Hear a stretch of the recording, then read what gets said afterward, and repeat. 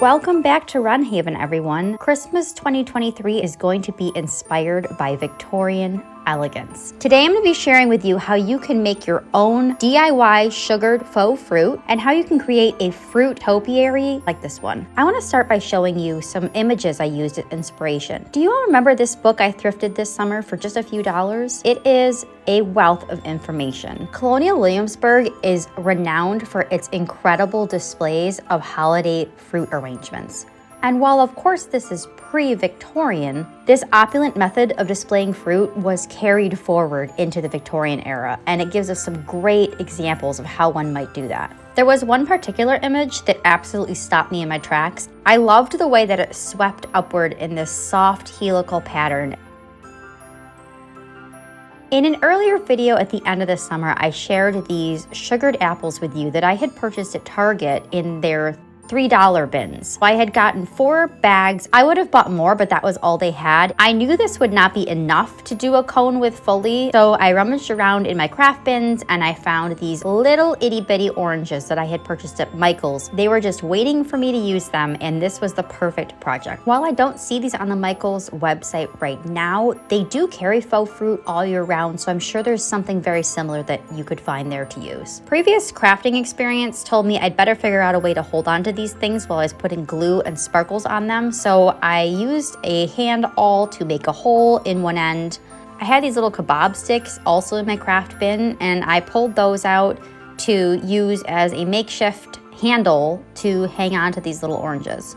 You could buy some kebab sticks like this at your grocery store, or you could even use like floral picks or maybe even toothpicks. I lightly coated them in Mod Podge. You could use any white craft glue for this, I'm sure. And then I rolled them in the German glass glitter, really packing it on. I suspect you could also use Epsom salt for this and get a very similar effect. But anytime I've used Epsom salt for a project, I found that no matter how I store it, it ends up getting white and powdery and crumbling and falling apart, and I really wanted these to last, so that's why I chose to go with the German glass glitter. I will link my source for the glitter below. It's the same glitter that I use for my German glitter glass pine cones, and it is the same brand of glitter that I used for my orange slices. I will link both of those videos below. Once those were fully coated, I set them aside to dry and then turned to my foliage that I had purchased for this project. I broke my own rules on this and ordered it, unpacked it quickly, and didn't analyze it. And if I had, I would have seen that this was really poor quality. It was cheap for a reason. But long story short, I decided to use this anyway and see what we could do with it.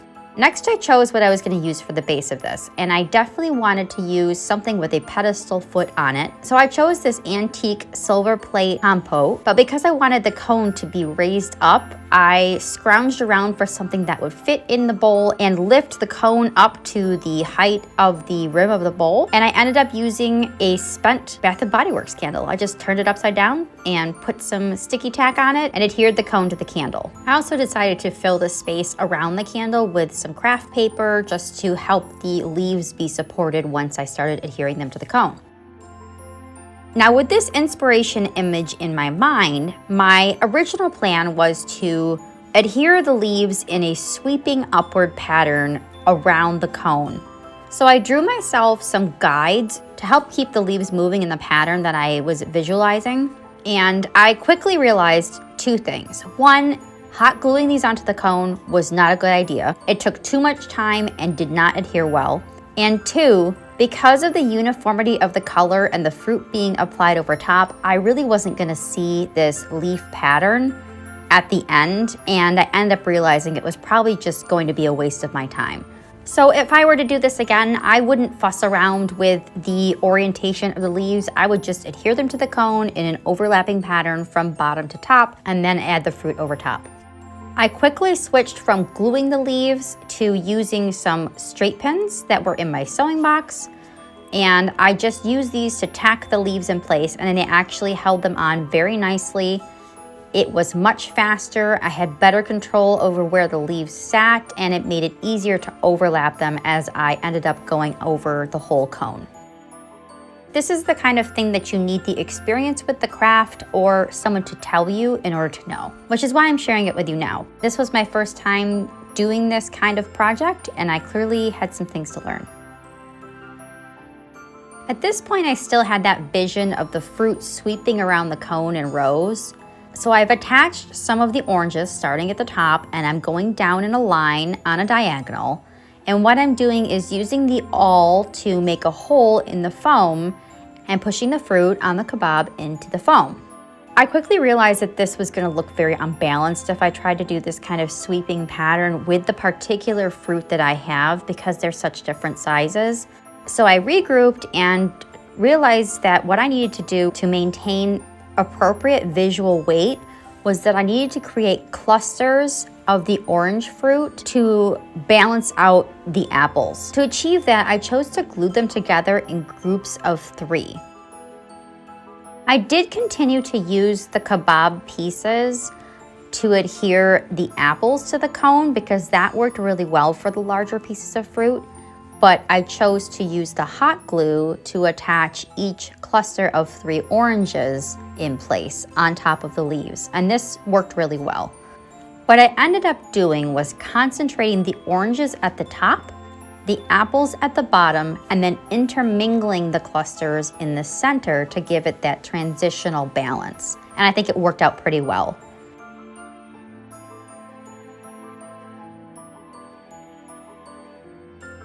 I then decided to cut up a piece of sparkly faux cypress that was in my holiday foliage box, and I cut that up into small pieces and just shoved those little bits in between the gaps of some of the fruit clusters. The faux magnolia leaves did a really good job of providing a dark, uniform backdrop, but I wanted a little bit more dimension and the visual of the greenery kind of peeking out between some of the fruit pieces. I then took this beautiful blue velvet ribbon that's going to be part of my decorating theme this year, wrapped it around the top, made a bow, and then let the ends drape down the sides.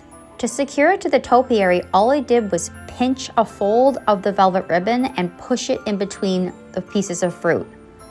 They moved just enough where I was able to get the ribbon in between there, and then it held the ribbon in place. In this way, the ribbon isn't glued on or attached permanently, and I can remove it later and change it out if I choose to do so. Even though this piece did not end up quite the way I envisioned it, I think it looks great. I really love the way this turned out, and I'm looking forward to using this in my decor as the season unfolds. I hope you enjoyed this video. Make sure you come back to see the rest of the Christmas 2023 content that's going to be coming out over the next couple of weeks, and I will see you all in the next video.